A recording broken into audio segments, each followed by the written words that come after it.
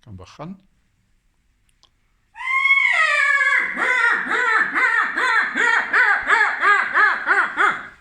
Lekker vriende, ek en koning Vark, ek wil nou 'n bietjie 'n woonstel by hom gehuur het, want hy grou 'n lekker gat vir 'n jakkals om in te bly. Hy het 'n dubbel verdieping gat, ek wil by hom huur. Maar ek het nie nou geld om te huur nie. So ek gaan 'n paar goedjies na die NG Kerk Kameeldrif se veiling toe bring, die 31ste Augustus, einde van die maand, dis oor 2 weke.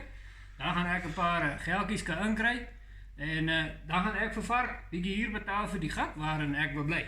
Nou ja, die veiling gaan soos 'n potjie wees, jy weet, daar is mos nou aardappels in, dis nou grinders, daar is vleis soos meubels, daar is lekker garage tools vir die kerels, tannies, ek nou seker daar gaan weer 'n paar rokke en skoene en hoede en allerhande sulke goedjies.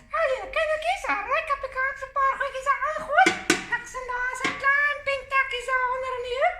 En ja, ek dink julle manne met die robberbaar, ek dink ons moet ook draai aan hierdie paar sterk goed vir ons ook hier so in die pot.